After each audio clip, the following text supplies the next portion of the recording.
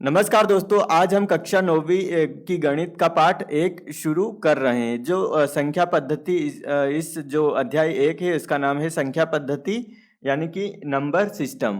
तो इस पाठ में हम जो आज का जो है वो इंट्रोडक्शन का जो ये वीडियो हम रहेगा।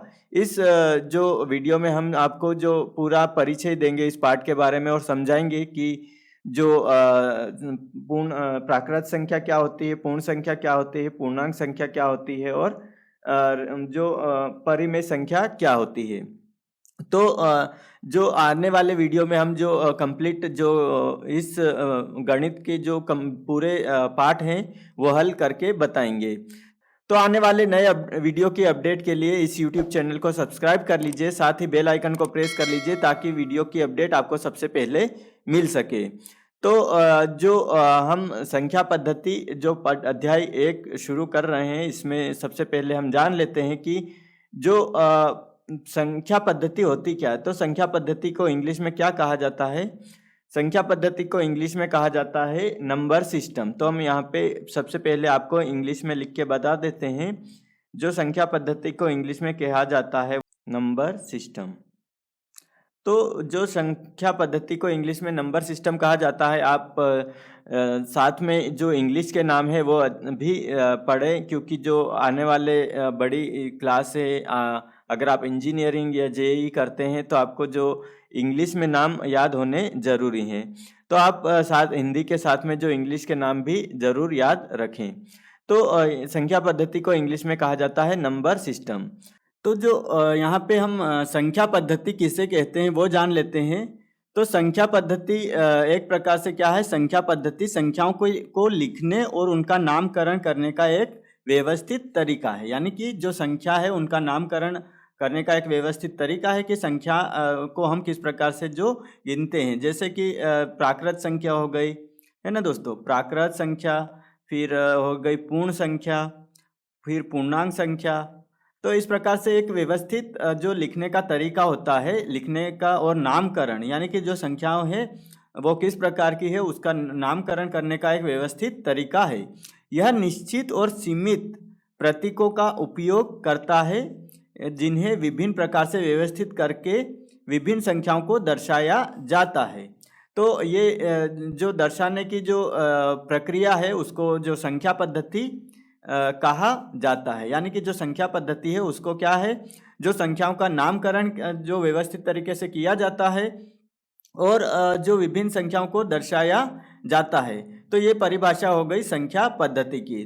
तो हम अब जानेंगे कि प्राकृत संख्या क्या होती है, पूर्ण संख्या क्या होती है, पूर्णांक संख्या क्या होती है और परिमेय संख्या क्या होती है, ये हम जानेंगे। तो इन संख्याओं का नामकरण करने की जो पद्धति होती है उसी को ही संख्या पद्धति कहा जाता है।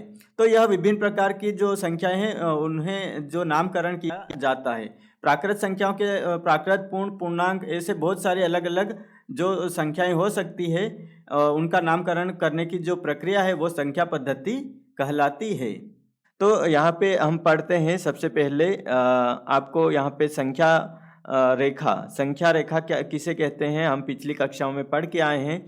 संख्या रेखा क्या होती है? एक रेखा पर संख्याओं को अंकित करना, उसे संख्या रेखा कहा जाता है। तो यहाँ पे जो संख्या रेखा है ये इस प्रकार से एक रेखा खींची हुई रहती है। इसमें क्या होता है कि बीच में क्या होता है? 0 रहता है और इधर की साइड में जो रहती है वो संख्या कैसी रहती है? धनात्मक रहती है। 1, 2, 3 ऐसे करके अनंत तक संख्याएं जा सकती है। और इधर की साइड संख्या रहती है वो ऋणात्मक रहती है। -1, -2, -3 ऐसे करके जितनी भी संख्या है वो ऋणात्मक, इधर ये रहेगी वो संख्या इधर की साइड में ऋणात्मक होगी और इधर की साइड में धनात्मक, यहाँ धनात्मक होगी। तो इस संख्याओं में यहाँ पे परिमेय संख्याएं भी रहेगी, यानी कि जो बट्टे वाली संख्या है ना, तो इन बट्टे वाली संख्याओं को परिमेय संख्याएं कहा जाता है। तो यहाँ पे एक के आगे आ जाएगा -1/3 और यहाँ पे आ जाएगा 1/2, एक के आगे आ जाएगा 1/2। तो इस प्रकार जो संख्याएं होती है, यानी कि जो संख्या रेखा पर हम जो परिमेय संख्याएं और अपरिमेय संख्याएं भी हम प्रदर्शित कर सकते हैं। साथ ही यहाँ पे प्राकृत संख्या, पूर्णांक संख्या और जो पूर्ण संख्या है वो भी हम यहाँ पे प्रदर्शित कर सकते हैं। तो संख्या रेखा पर सबसे पहले जो हम जान लेते हैं कि प्राकृत संख्या क्या होती है। तो प्राकृत संख्या या प्राकृतिक संख्या बोल सकते हैं, प्राकृत संख्या। इससे इंग्लिश में क्या बोला जाता है दोस्तों? प्राकृत संख्या को इंग्लिश में बोला जाता है नेचुरल नंबर, नेचुरल नंबर।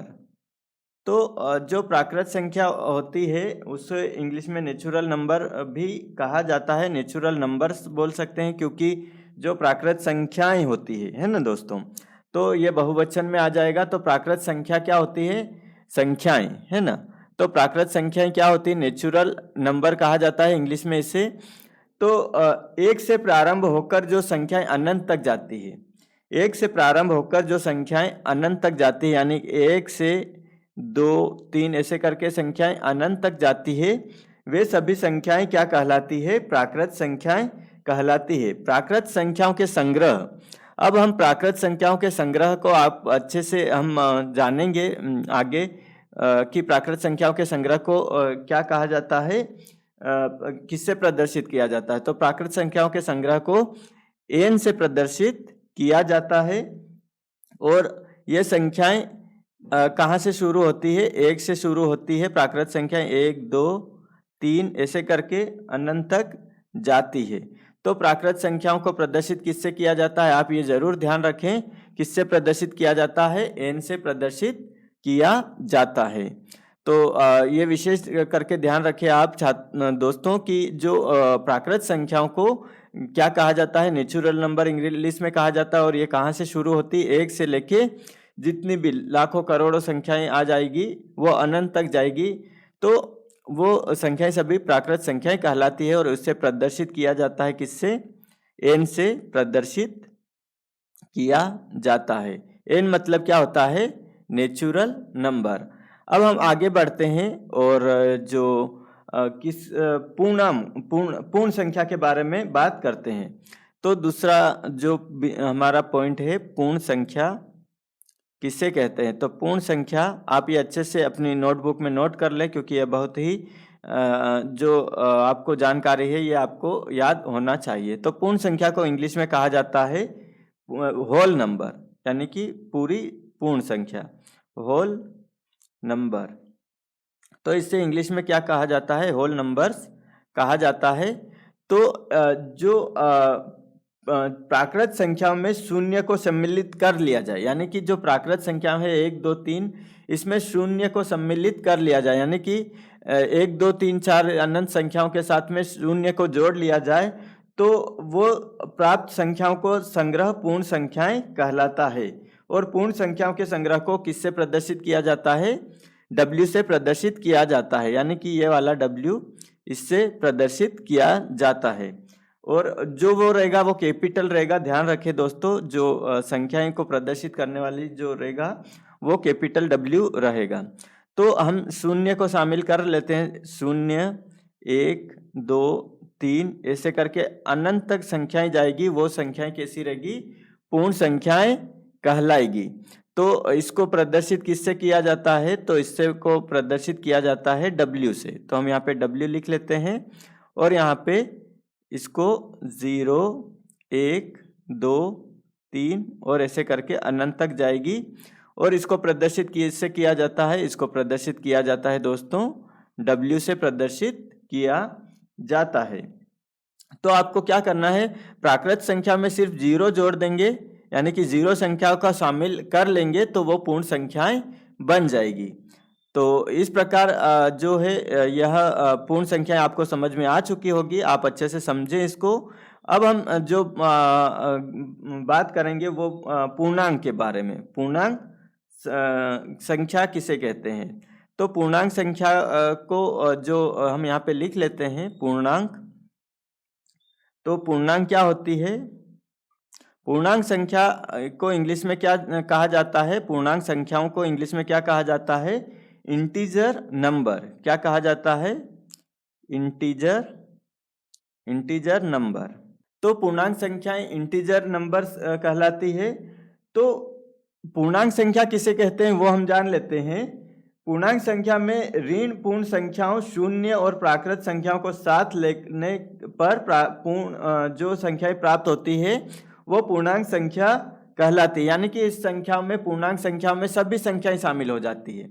यानी कि जो ऋणात्मक संख्या और धनात्मक संख्याएं भी शामिल हो जाती है और साथ ही जीरो भी शामिल हो जाता है। तो वो संख्याएं कौन सी कहलाती है? पूर्णांक संख्याएं कहलाती है। तो यहाँ पे हम लिख लेते हैं -2, -1, 0 और फिर 1, 2, 3 ऐसे करके जो ऋण और धन यानी कि विषम और सम संख्याएं इसमें शामिल, सभी संख्याएं शामिल हो जाएगी। तो इसमें जो संख्याएं हो जाएगी वो कौन सी हो जाएगी? पूर्णांक संख्याएं कहलाएगी। तो पूर्णांक संख्याएं क्या होगी? जिसमें ऋणात्मक और धनात्मक संख्याओं के साथ जीरो भी जोड़ लिया जाए, यानी कि जो जीरो है वो भी यहाँ पे शामिल कर लिया जाए। तो क्या हो जाएगा यहाँ पे दोस्तों? यहाँ पे जो पूर्णांक संख्याएं प्राप्त हो जाएगी। और इससे प्रदर्शित किससे किया जाता है पूर्णांक को? तो पूर्णांक संख्याओं को z से जो है प्रदर्शित किया जाता है, z से प्रदर्शित किया जाता है। तो हम यहाँ पे लिख लेते हैं संख्याएं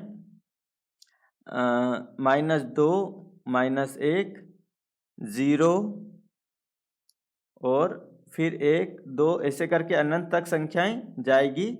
इन भी संख्याओं को हम पूर्णांक संख्या कहेंगे। तो आप अच्छे से जो नोट कर लें यहाँ पे। और इसको प्रदर्शित किससे किया जाता है? z से प्रदर्शित किया जाता है। तो इस प्रकार जो हमने यहाँ पे प्राकृत संख्या किसे कहते हैं, पूर्ण संख्याएं किसे कहते हैं और पूर्णांक संख्याएं किसे कहते हैं वो हमने यहाँ पे अभी जाना। अब हम यहाँ पे जो जानेंगे कि जो अब परिमेय संख्याएं किसे कहते हैं। तो परिमेय संख्याएं किसे कहते हैं वह हम जान लेते हैं। इसके बाद हम यहाँ पे उदाहरण भी देखेंगे। तो परिमेय संख्याएं,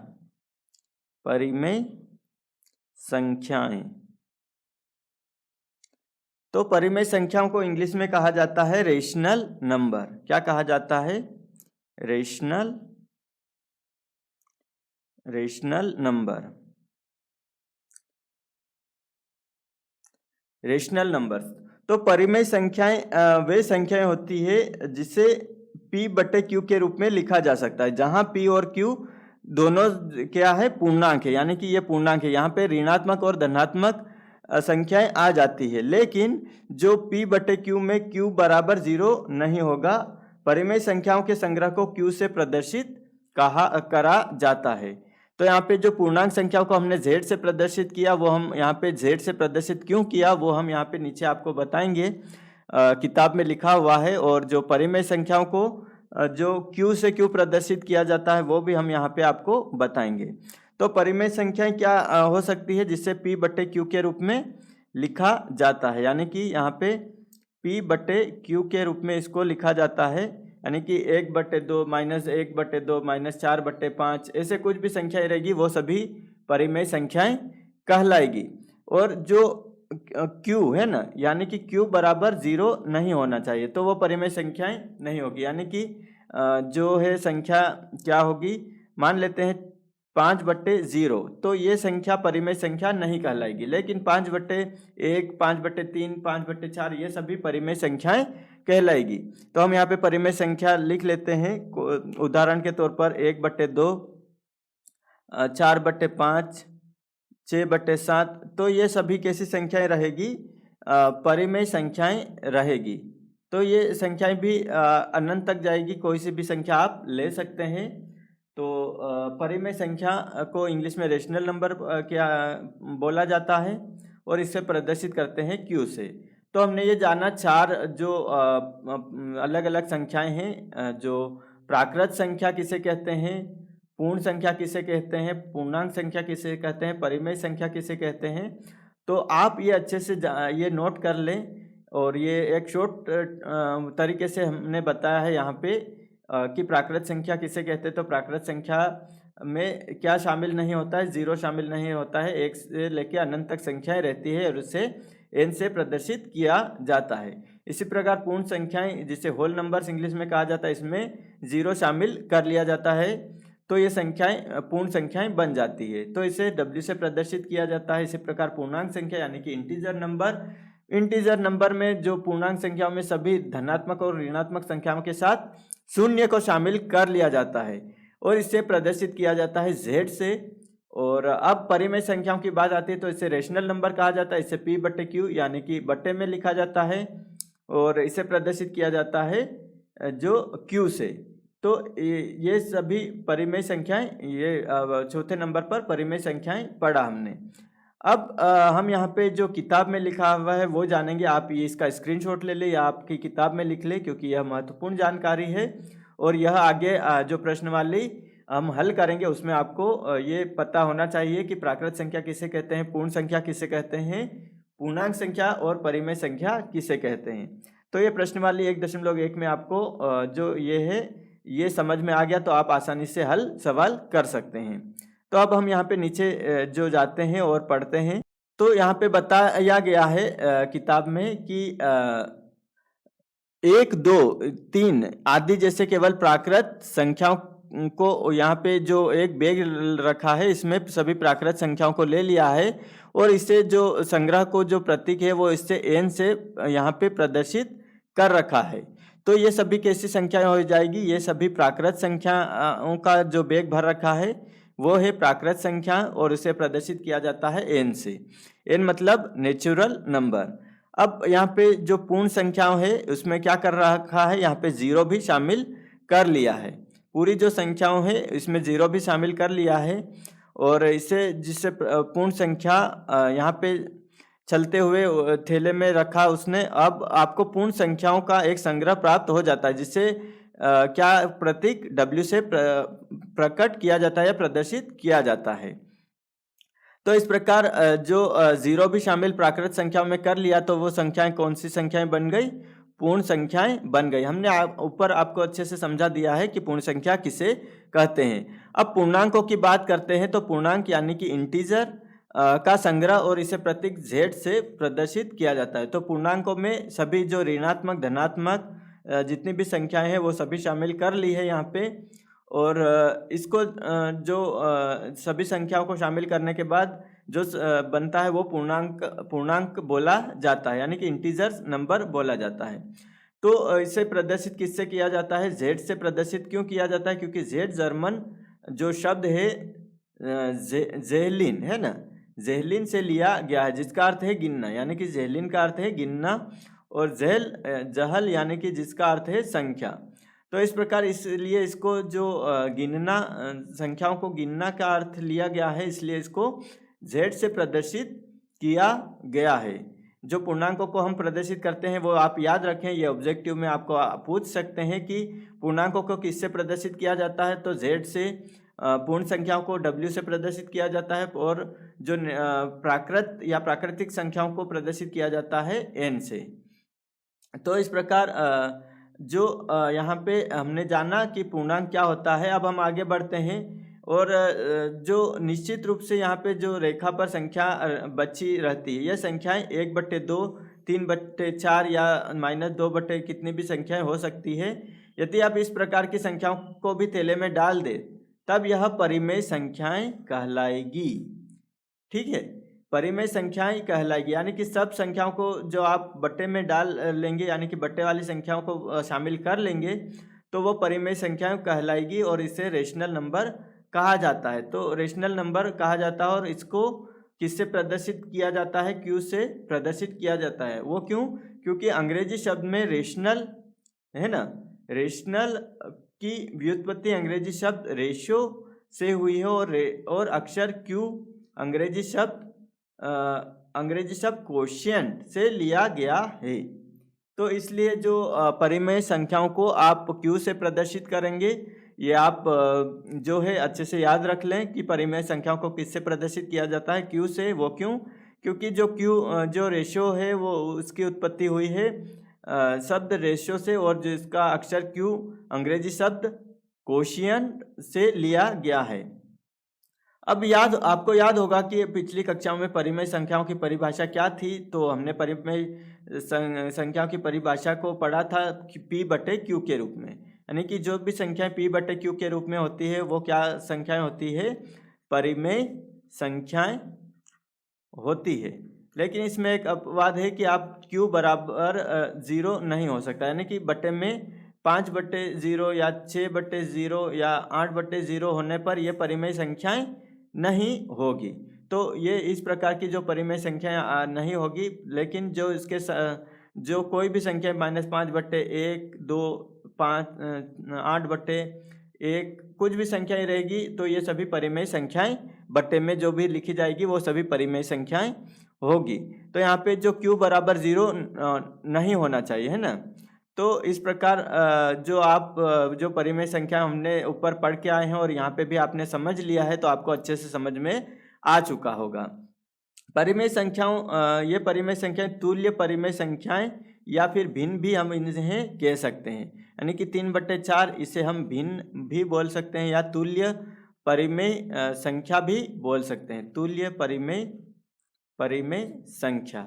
तो इस प्रकार जो इस संख्याओं को हम तुल्य परिमेय संख्या या भिन्न भी बोल सकते हैं। तो भिन्न एक प्रकार से P बटे Q के रूप में होते हैं। तो जो हमने यहाँ पे अब परिमेय संख्या के बारे में भी जान लिया, अब जो यहाँ पे कुछ उदाहरण हम देखते हैं। उससे पहले जो अद्वितीय यानी कि जो यूनिक निरूपण होता है, अद्वितीय यानी कि जो P बटे Q के रूप में अद्वितीय होता है, और जो P और Q दोनों कैसी संख्या होती है, पूर्णांक संख्या। पूर्णांक संख्या में ऋणात्मक और धनात्मक और 0 सभी शामिल होती है। तो P और Q दोनों क्या है, संख्याएं पूर्णांक होती है। तो अब हम यहाँ पे जो P और Q असहभाज्य संख्याएं यानी कि को प्राइम नंबर्स होते हैं, है ना। अतः संख्या रेखा पर 1/2 के तुल्य अपरिमित रूप से अनेक भिन्नों में से 1/2 लेते हैं, यानी कि आप जो संख्या रेखा पर आप प्रदर्शित कर सकते हैं 1/2, या फिर जो संख्याएं हैं भिन्न के रूप में भी प्रदर्शित कर सकते हैं। अब हम जान लेते हैं यहाँ पे नीचे दिए गए कथन और जो सत्य असत्य कारणों के साथ अपने उत्तर दीजिए। तो अब हम आसानी से इनके उत्तर दे सकते हैं। तो क्योंकि हम पढ़ के आए हैं जो प्राकृत संख्या क्या होती है, परिमेय संख्या क्या होती है और पूर्ण संख्याएं क्या होती है। तो यहाँ पे प्रत्येक पूर्ण संख्या क्या बोल रखा है, प्रत्येक पूर्ण संख्या एक प्राकृत संख्या होती है। तो ये बोल रहा है कि सत्य है या असत्य है। ये असत्य है। क्यों असत्य है? क्योंकि जो पूर्ण संख्या होती है उसमें क्या शामिल होता है, उसमें शामिल होता है 0 शामिल होता है, और जो प्राकृत संख्याओं में 0 शामिल नहीं होता, उसमें 1, 2, 3 होता है। इसलिए यहाँ पे जो प्रत्येक पूर्ण संख्या प्राकृत संख्या होती है ये असत्य है, क्योंकि 0 एक पूर्ण संख्या है परंतु प्राकृत संख्या नहीं है। 0 एक प्राकृत संख्या नहीं है। अब हम दूसरा जो पढ़ते हैं, प्रत्येक पूर्णांक एक परिमेय संख्या होता है। तो प्रत्येक प्राकृत संख्या एक परिमेय संख्या होता है, तो ये एक प्रकार से सत्य है। क्यों? क्योंकि हमेशा कोई सी भी पूर्णांक जो संख्या होती है, पूर्णांक हम पढ़ के आए हैं, पूर्णांक संख्या क्या होती है, जिसमें ऋणात्मक और धनात्मक संख्याएं शामिल होती है, वो सभी संख्याएं क्या होती है, वो सभी संख्याएं पूर्णांक होती है। और पूर्णांक संख्याओं में क्या इसमें हम यहाँ पे 2 लिख रहे हैं, तो हमेशा इसके बट्टे में 1 रहेगा, 2 के बट्टे में हमेशा 1 रहेगा। तो ये सत्य है, क्योंकि जो m है एक पूर्णांक मान लेते हैं, 2 है हमारे पास पूर्णांक, ये 2 है पूर्णांक, तो यहाँ पे 2 को हमने 2/1 के रूप में भी लिख सकते हैं, इसलिए यह एक परिमेय संख्या भी है। तो ये क्या हो जाएगा, ये संख्या सत्य हो जाएगी, यानी कि प्रत्येक पूर्णांक, कोई सी भी प्रत्येक पूर्णांक है वो एक परिमेय संख्या भी होती है। अब तीसरा हम यहाँ पे जान लेते हैं, प्रत्येक परिमेय संख्या एक पूर्णांक होती है क्या। तो प्रत्येक परिमेय संख्या एक पूर्णांक होती है, ये हम जान लेते हैं। तो ये असत्य हो जाएगा। क्यों? क्योंकि यहाँ पे देखो, अब दोस्तों कोई भी संख्या है उससे 4/5, तो इसको हम ऐसा थोड़ी लिख सकते हैं कि इसको 4 ही लिख लें, है ना दोस्तों। तो असत्य है क्योंकि 3/5 एक पूर्णांक नहीं है। ये 4/5 एक पूर्णांक नहीं बोल सकते हैं, ये एक परिमेय संख्या बोल सकते हैं, है ना दोस्तों। तो इस प्रकार यहाँ पे जो 4/5 है ये एक पूर्णांक संख्या नहीं है, इसलिए ये क्या हो जाएगा, ये कथन है वो असत्य हो जाएगा। प्रत्येक परिमेय संख्या एक पूर्णांक होती है, तो नहीं होती है। क्यों? क्योंकि पूर्णांक संख्या हमेशा कैसी रहती है, जो परिमेय संख्या रहती है वो कैसी रहती है, बट्टे में रहती है, 1/2, 3/4, है ना। तो ये परिमेय संख्या नहीं बन सकती है, जो पूर्णांक संख्या है वो नहीं बन सकती है परिमेय संख्या, तो ये असत्य आ जाएगा। तो हमने उदाहरण नंबर 1 देख लिया। अब उदाहरण नंबर हम 2 देखेंगे और उसका जो उत्तर है वो हम जानने की कोशिश करेंगे। तो 1 और 2 के बीच की 5 परिमेय संख्या निकालनी है हमको। क्या बोल रहा है, 5 परिमेय संख्या निकालनी है। तो यहाँ पे क्या बोल रहा है, इस प्रश्न को हम कम से कम 2 विधियों से हल कर सकते हैं। यहाँ पे 2 विधियाँ बताई गई है, तो हम 2 विधियों से हल कर सकते हैं। आपको याद होगा कि R और S के बीच की एक परिमेय संख्या ज्ञात करने के लिए R और S को जोड़ते हैं और उससे 2 से भाग देते हैं, अर्थात R प्लस S बटे 2 के बीच स्थित होती है। तो यानी कि हमने क्या करेंगे यहाँ पे, जो अतः 3/2 और यहाँ पे हो जाएगा 1 और 2 के बीच की संख्या है, की एक संख्या है। इस प्रकार में प्रक्रिया में आप 1 और 2 के बीच 4 और परिमेय संख्या ज्ञात कर सकते हैं। ये 4 परिमेय संख्या है, 5/4, 11/8, 13/8 और 7/4। तो वो किस प्रकार से होगी वो हम यहाँ पे ज्ञात करेंगे।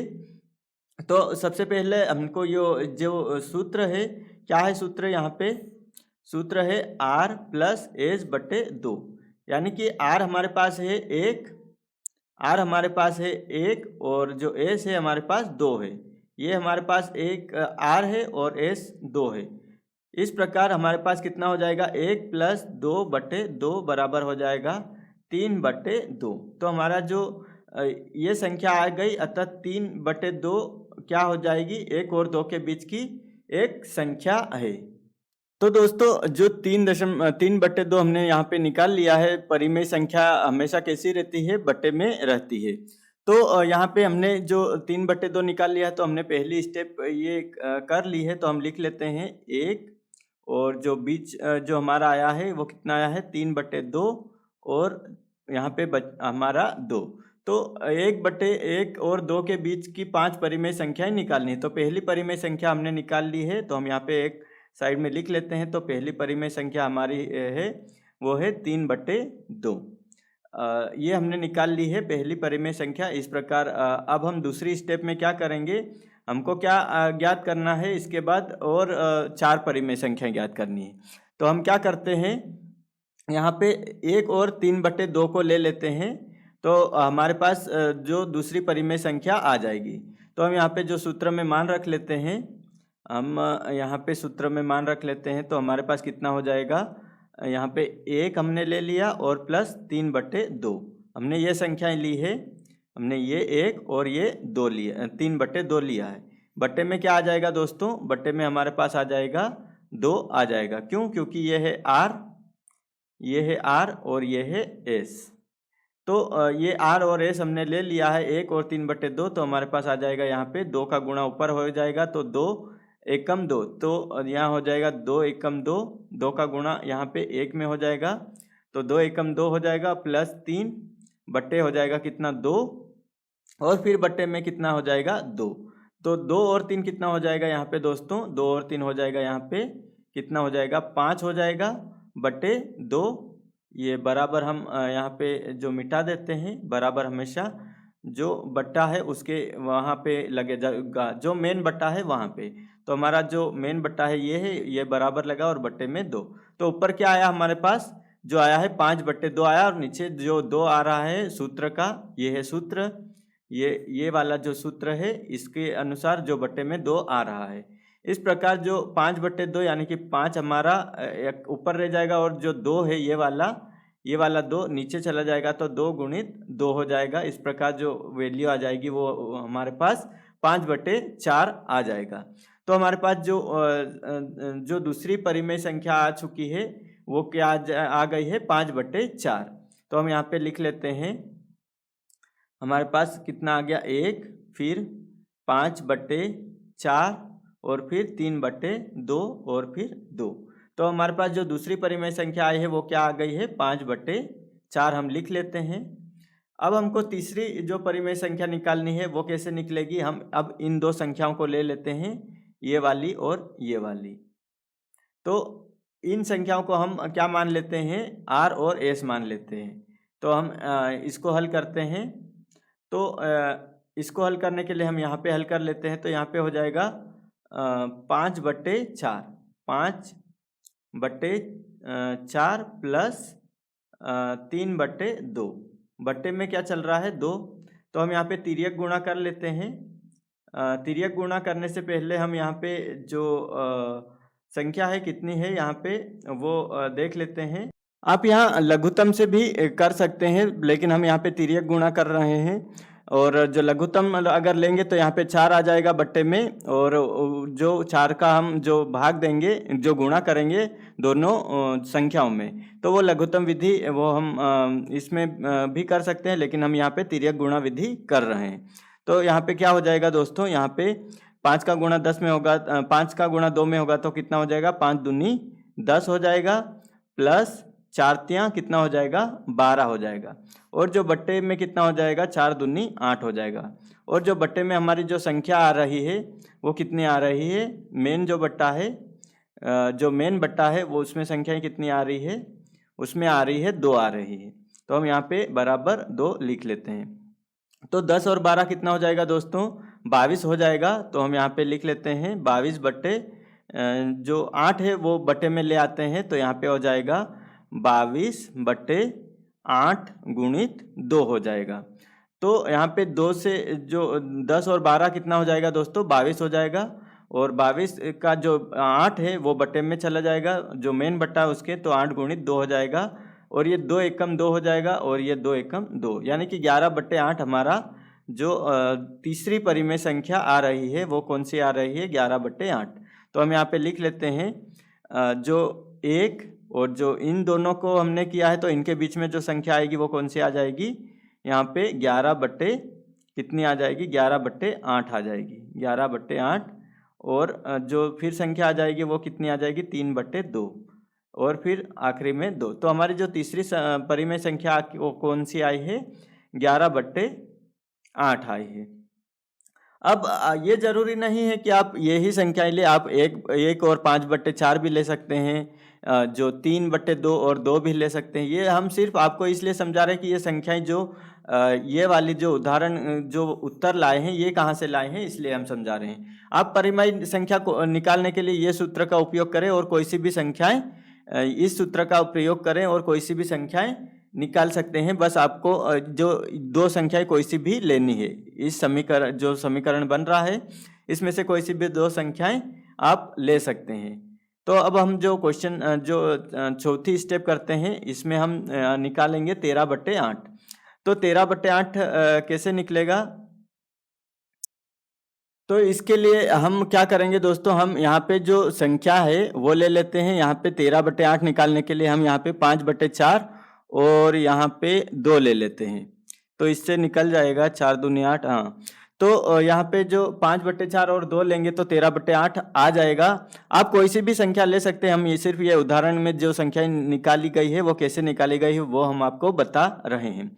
तो आप यहाँ पे कोई सी भी संख्या ले ले, 1/5 1 और 5/4 भी ले सकते हैं, R1 ले सकते हैं, और 5/4 S भी ले सकते हैं। यहाँ पे कोई सी भी संख्याएं ले सकते हैं। तो हम यहाँ पे अब 5/4 लेते हैं और यहाँ पे प्लस 2 करते हैं, और बट्टे में यहाँ पे 2 आ जाएगा। ये जो संख्याएं हैं ये हमारी R हो गई, और ये जो संख्या है वो हमारी S हो गई।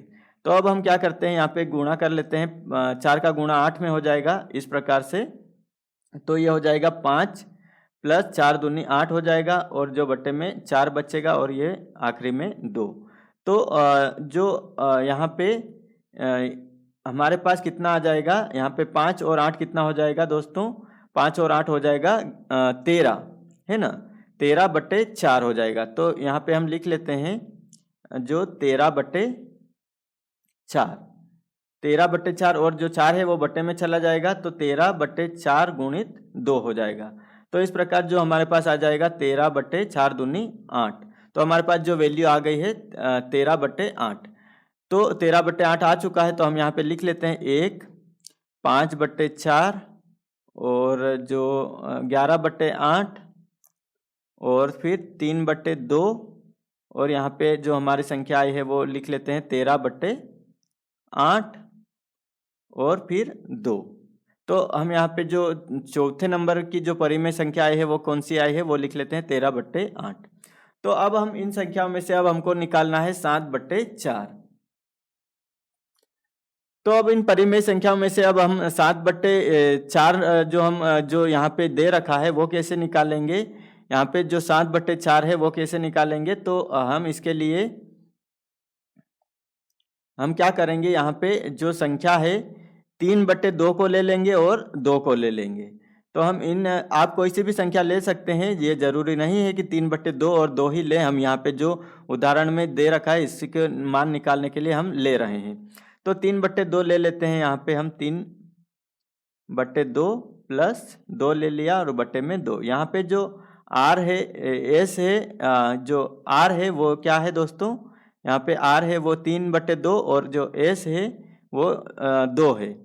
तो यहाँ पे भी हमने यहाँ पे जो मिस्टेक कर दिया था, यहाँ पे एस लिखा लेकिन यहाँ पे क्या आ जाएगा दोस्तों, आर आ जाएगा, है ना। तो ये आर है, इसको यहाँ पे जो एस नहीं आएगा।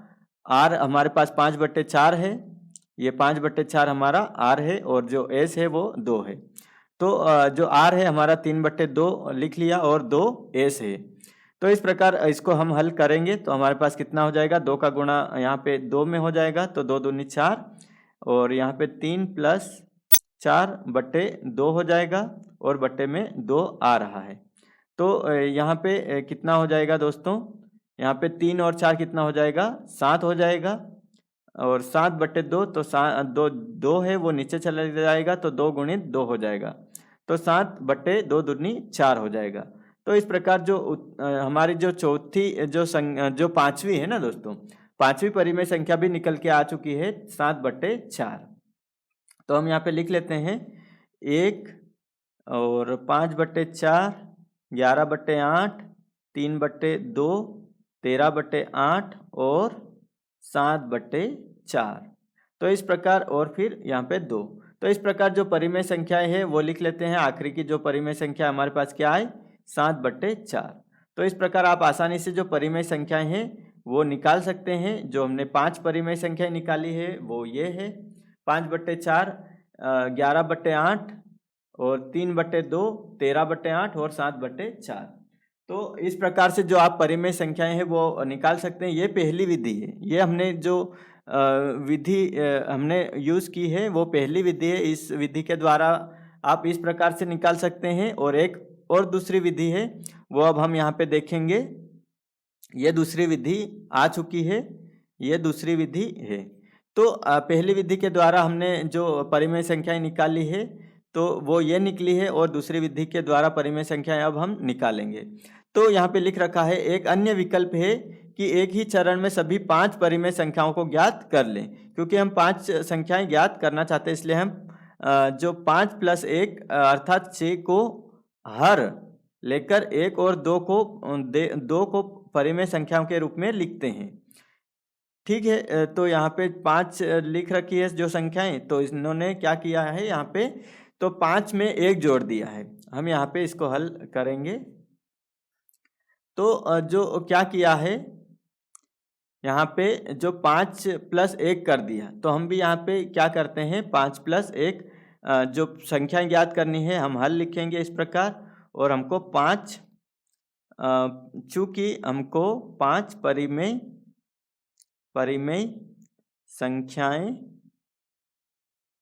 ज्ञात करनी है, इसलिए क्या हो जाएगा, इसलिए हम क्या करेंगे यहाँ पे हम 5 + 1 अर्थात 6 अर्थात यहाँ पे 6 को हर लेकर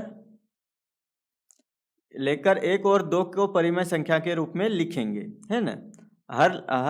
6 को हर लेकर यहाँ पे 1 और 2, यहाँ पे ऐसा नहीं लिखते हो, यहाँ पे सिर्फ ऐसा भी लिख सकते हैं। 6 को हर लेंगे, इसलिए हम 5 + 1 अर्थात 6 को हर लेंगे, इसलिए लेंगे ऐसा लिख सकते हैं। और अब हम क्या करेंगे, अर्थात यहाँ पे जो 1 है हमारे पास, 1 और 2 दिया गया है। क्या दिया गया है? दिया गया है 1 और 2 के बीच हमको संख्याएं ज्ञात करनी। 1 और 2 के बीच 5 परिमेय संख्याएं ज्ञात करनी है। तो 1 और 2 के बीच में 5 परिमेय संख्याएं ज्ञात करनी है, तो हम यहाँ पे क्या करेंगे, यहाँ पे 1 हमको निकालना है, तो हम क्या करेंगे, 6 को हम हर में ले रहे हैं। यहाँ पे जो 6 है उसको हर में ले रहे हैं, यानी कि अंश बटे हर। आप जानते होंगे अंश बटे हर, तो हर में हम कितना ले रहे हैं, 6 ले रहे हैं। तो यहाँ पे 6 ले रहे हैं अंश बटे हर में, तो हम क्या करेंगे, 1 लाना है हमको। तो 1 लाने के लिए हम क्या करेंगे, बटे में 6 है, तो हम 6 का ही 6 में भाग देंगे, तो हमारे पास कितना आ जाएगा, 1 आ जाएगा। और यहाँ पे कितने का 6 का भाग हम किस में देंगे, तो 2 आ जाएगा। तो हम यहाँ पे 12 में भाग देंगे 6 का, तो हमारे पास आ जाएगा 2 आ जाएगा।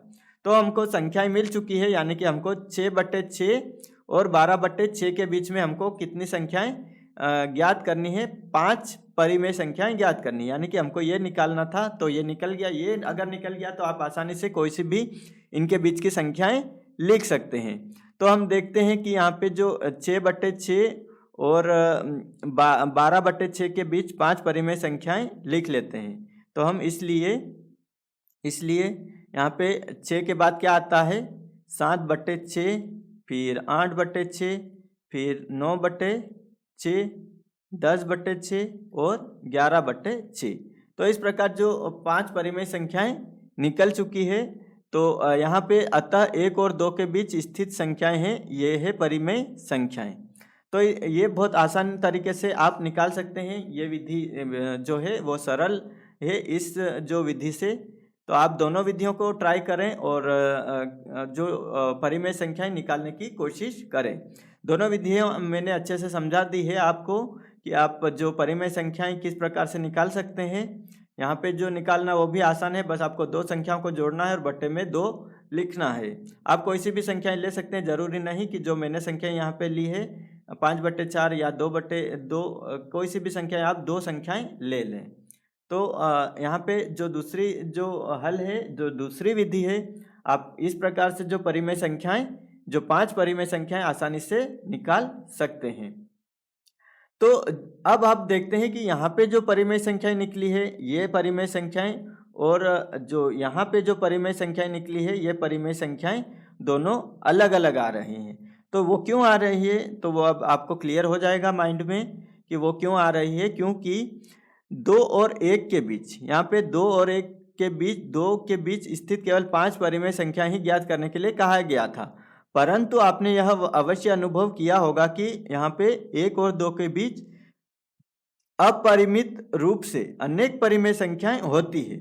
व्यापक रूप में हम कह सकते हैं कि किन्हीं दो दी हुई परिमेय संख्याओं के बीच अपरिमित रूप से अनेक परिमेय संख्याएं होती है। यानी कि आप 1 और 2 कोई सी भी 2 संख्याएं दे रखी है, इसमें जो इनके बीच अनेक परिमेय संख्याएं ज्ञात कर सकते हैं। तो ये आप अच्छे से नोट कर लें, ये जो है ऑब्जेक्टिव में आने की संभावना है। इस जो दिया गया है कि परिमेय संख्याओं के बीच कितनी परिमेय संख्याएं, किन्हीं 2 परिमेय संख्याओं के बीच, है ना, किन्हीं 2 संख्याओं के बीच बोल सकते हैं कितनी परिमेय संख्याएं हो सकती है।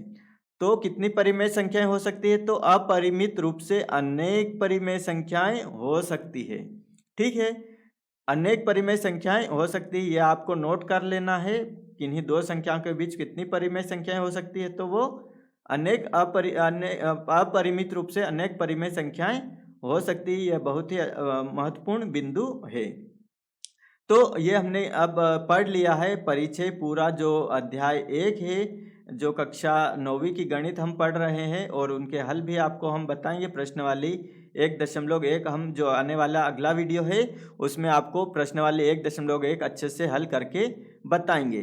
तो जो छात्र इस वीडियो से नए जुड़े हैं वो इस YouTube चैनल को सब्सक्राइब कर लें, साथ ही बेल आइकन को प्रेस कर लें ताकि आने वाले वीडियो की अपडेट आपको सबसे पहले मिल सके। तो हमने आज इस वीडियो में जाना जो अध्याय 1 है उसका जो नाम है वो क्या है, संख्या पद्धति, उसके रियल नंबर्स भी रियल नंबर सिस्टम भी कहा जाता है। तो इस जो संख्या पद्धति पाठ का हमने आज परिचय यानी कि इंट्रोडक्शन जाना।